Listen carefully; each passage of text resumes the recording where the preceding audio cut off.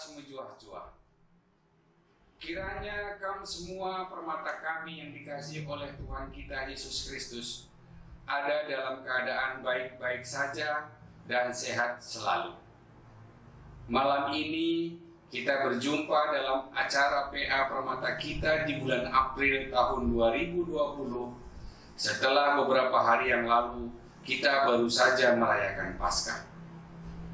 PA Permata kita pada hari ini dilaksanakan secara online dikarenakan pelaksanaan physical distancing yang harus kita lakukan untuk menghindari penyebaran virus corona COVID-19 yang melarang kita berkumpul di dalam pelaksanaan ibadah ataupun kegiatan sejenisnya.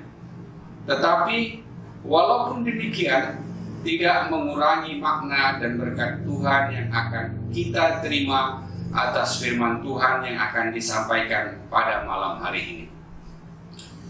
Selanjutnya, mari kita bersatu di dalam doa. Ya Bapa kami yang berada di dalam kerajaan sorga, kami rindu ya Tuhan untuk menjadi pelaku-pelaku firman Tuhan.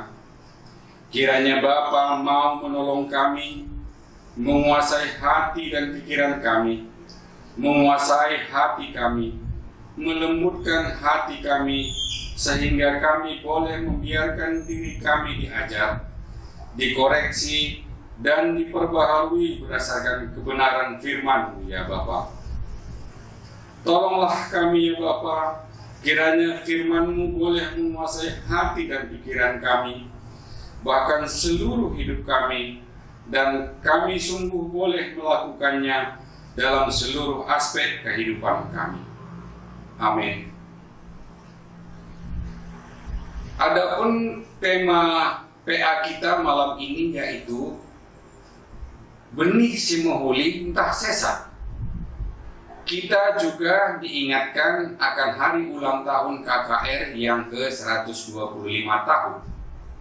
Nats firman Tuhan malam ini diambil dari kitab Injil Matius pasalnya yang ke-13, ayat yang ke-36 sampai ayat yang ke-43. Adapun maksud yang kami baca dari bahan PA kita pada malam hari ini adalah gelah permata GBKP. Pertama, nuankan benih semahuli man agi-agina KKR GBKP, gelah sesa lah sempat mencilin turahna. Yang kedua, ngangkai perbedaan benih simuhuli rasesa ibas kita anggo ngaloken berita simuria. Yang ketiga, ikut muat bagin ngamburkan benih simuhuli dalam kurung jadi usihan KKR GBKP. Adapun tujuan bahan PA kita pada hari ini yaitu diharapkan selaku permata nantinya bisa menjadi contoh yang baik bagi adik-adik kita yang umurnya lebih muda dari kita, khususnya bagi adik-adik kita KKR GBKP ataupun adik-adik kita sendiri di keluarga kita masing-masing, dengan menunjukkan prinsip yang akan dipilih oleh permata, apakah akan menjadi benih yang baik ataupun benih yang jahat. Untuk lebih menambah pengertian kita tentang firman Tuhan yang akan disampaikan pada kita pada malam hari ini, kami akan coba membaca firman Tuhan buat kita semua yang kami mulai bacakan dari kitab Injil Matius pasalnya yang ke-13 ayat 24 sampai ayat yang ke-30 dan dilanjutkan dengan nats sesuai bahan bacaan kita pada malam hari ini, yaitu kitab Injil Matius pasalnya yang ke-13 ayat ke-30 ayat 36 sampai dengan ayat yang ke-43. Demikian firman Tuhan, kami membacakannya buat kita sekalian. Perumpamaan tentang lalang di antara gandum. Yesus membentangkan suatu perumpamaan lain lagi kepada mereka, katanya, Hal kerajaan sorga itu seumpama orang yang menaburkan benih yang baik di ladangnya. Tetapi pada waktu semua orang tidur, datanglah musuhnya menaburkan benih lalang di antara gandum itu, lalu pergi. Ketika gandum itu tumbuh dan mulai berbulir, nampak jugalah lalang itu. Maka datanglah hamba-hamba Tuhan ladang itu kepadanya dan berkata, "Tuan, bukankah benih yang baik yang Tuan taburkan di ladang Tuan? Dari manakah lalang itu?" Jawab Tuan itu, "Seseorang musuh yang melakukannya." Lalu berkatalah hamba-hamba itu kepadanya, "Jadi maukah Tuan supaya kami pergi mencabut lalang itu?" Tetapi ia berkata, "Jangan, sebab mungkin gandum itu ikut tercabut pada waktu kamu mencabut lalang itu. Biarkanlah keduanya tumbuh bersama sampai waktu menuai. Pada waktu itu aku akan berkata kepada para penuai, kumpulkanlah dahulu lalang-lalang itu dan ikatlah berberkas-berkas untuk dibakar. Kemudian kumpulkanlah gandum itu ke dalam lumbungku." Permata kami sekalian, bagian firman Tuhan yang tadi sudah kami bacakan berbicara tentang seorang yang menabur benih yang baik di ladangnya. Namun kemudian dikatakan datang musuh menabur benih lalang di antara gandum itu, lalu pergi. Dan juga dikatakan bahwa setelah hamba-hamba Tuhan itu mengetahui bahwa ada lalang juga yang bertumbuh di ladang itu, lalu mereka mengusulkan supaya lalang itu diambil. Tetapi tuannya mengatakan bahwa biarkanlah itu sampai kemudian akhirnya ada waktu musim menuai dan nanti baru akan dipisahkan lalang dari gandum itu. Nah, permata kami sekalian, sampai di situ yang bisa kita ketahui tentang perumpamaan yang telah disampaikan Tuhan kepada murid-muridnya. Kemudian kita lihat ayat Alkitab sesuai bahan PA kita malam hari ini yang diambil dari Injil Matius pasal ke-13 ayat 36 sampai ayat ke-43. Dalam nats bacaan Injil tersebut, Tuhan Yesus menjelaskan kepada murid-muridnya pada waktu murid-muridnya berkata kepadanya, "Jelaskanlah kepada kami perumpamaan tentang lalang di ladang itu."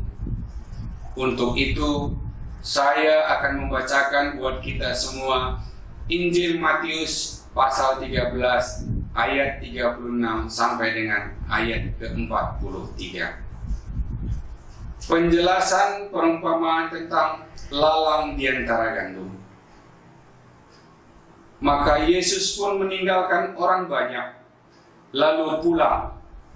Murid-muridnya datang dan berkata kepadanya, "Jelaskanlah kepada kami perumpamaan tentang lalang di ladang itu." Ia menjawab katanya, "Orang yang menaburkan benih baik ialah Anak Manusia. Ladang ialah dunia. Benih yang baik itu anak-anak kerajaan, dan lalang anak-anak si jahat. Musuh yang menaburkan benih lalang ialah iblis. Waktu menuai ialah akhir zaman, dan para penuai itu malaikat. Maka seperti lalang itu dikumpulkan dan dibakar dalam api, demikian juga pada akhir zaman. Anak Manusia akan menyuruh malaikat-malaikatnya, dan mereka akan mengumpulkan segala sesuatu yang menyesatkan dan semua orang yang melakukan kejahatan dari dalam kerajaannya. Semuanya akan dicampakkan ke dalam dapur api. Di sanalah akan terdapat ratapan dan kertakan gigi. Pada waktu itulah orang-orang benar akan bercahaya seperti matahari dalam kerajaan Bapa mereka. Siapa bertelinga, hendaklah ia mendengar. Kalau kita perhatikan kaitan antara apa yang telah dijelaskan oleh Tuhan Yesus dengan perumpamaan sebelumnya yang telah diberikan, maka kita akan melihat bahwa yang dimaksud dengan orang yang menabur benih baik ialah anak manusia, dalam hal ini Tuhan kita Yesus Kristus. Ladang ialah dunia. Benih yang baik itu ialah anak-anak kerajaan, yaitu orang-orang yang percaya kepada Tuhan. Lalang ialah anak-anak si jahat.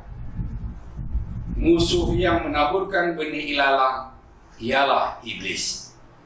Dan yang dimaksud dengan waktu menuai ialah akhir zaman, dan para penuai itu ialah malaikat-malaikat Tuhan.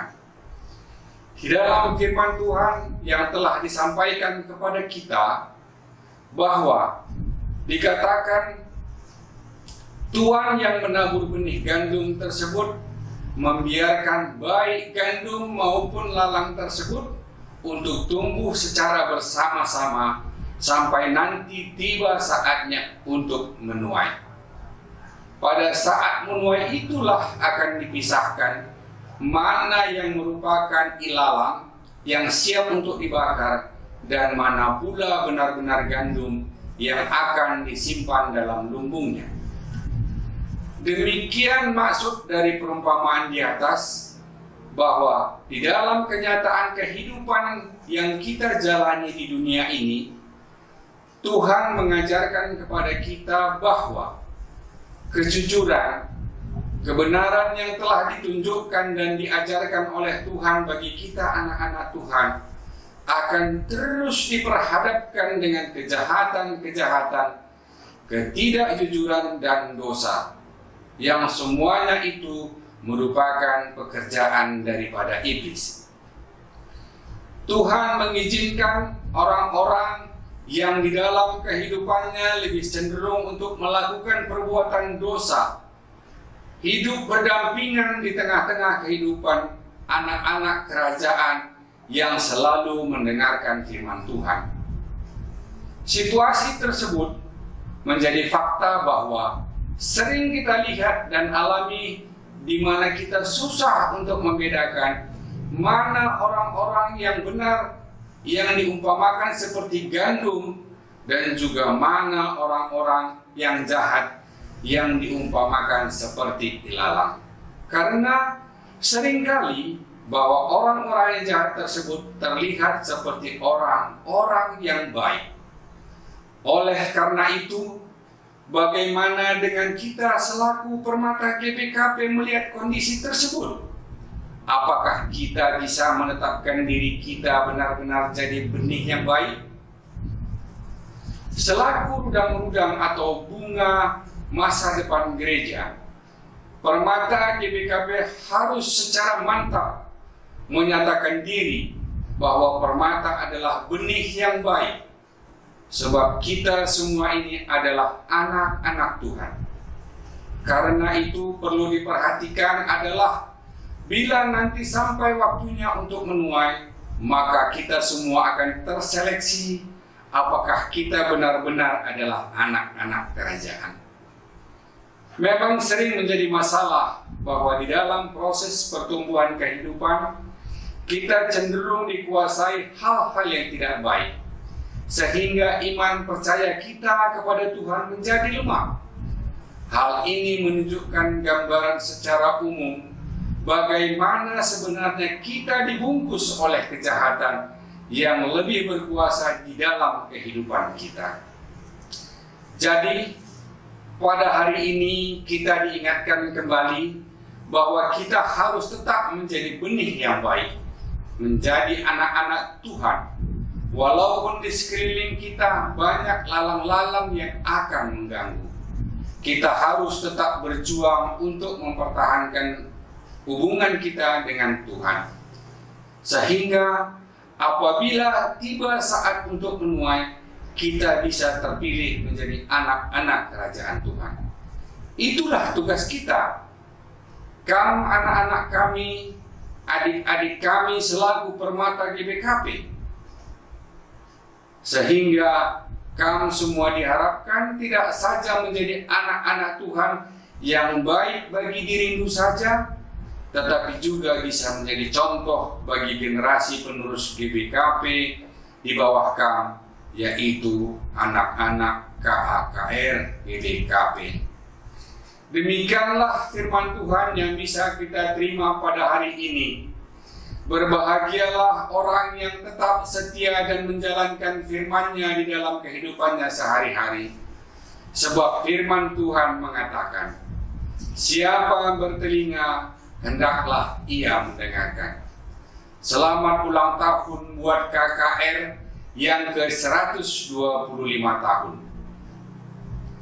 Sebelum kami mengakhiri penyampaian firman Tuhan pada malam hari ini, kami mau mengajak kepada kita semuanya, khususnya Mankam Krina anak-anak, adik-adik kami permata, seperti yang kita hadapi bersama pada saat sekarang ini tentang penyebaran virus corona, di mana khususnya kita masyarakat yang tinggal di DKI untuk tetap semangat, waspada, jangan jaga kesehatan, ikuti anjuran yang telah disampaikan oleh pemerintah kita, dan tetap memohon perlindungan daripada Tuhan, supaya kita anak-anak Tuhan tetap bisa kuat baik di dalam kehidupan kita sehari-hari, baik di dalam situasi pendidikan yang sedang kita jalani, begitu juga dengan pekerjaan kita masing-masing yang sekarang ini mungkin saja menjadikan kita tidak sejahtera.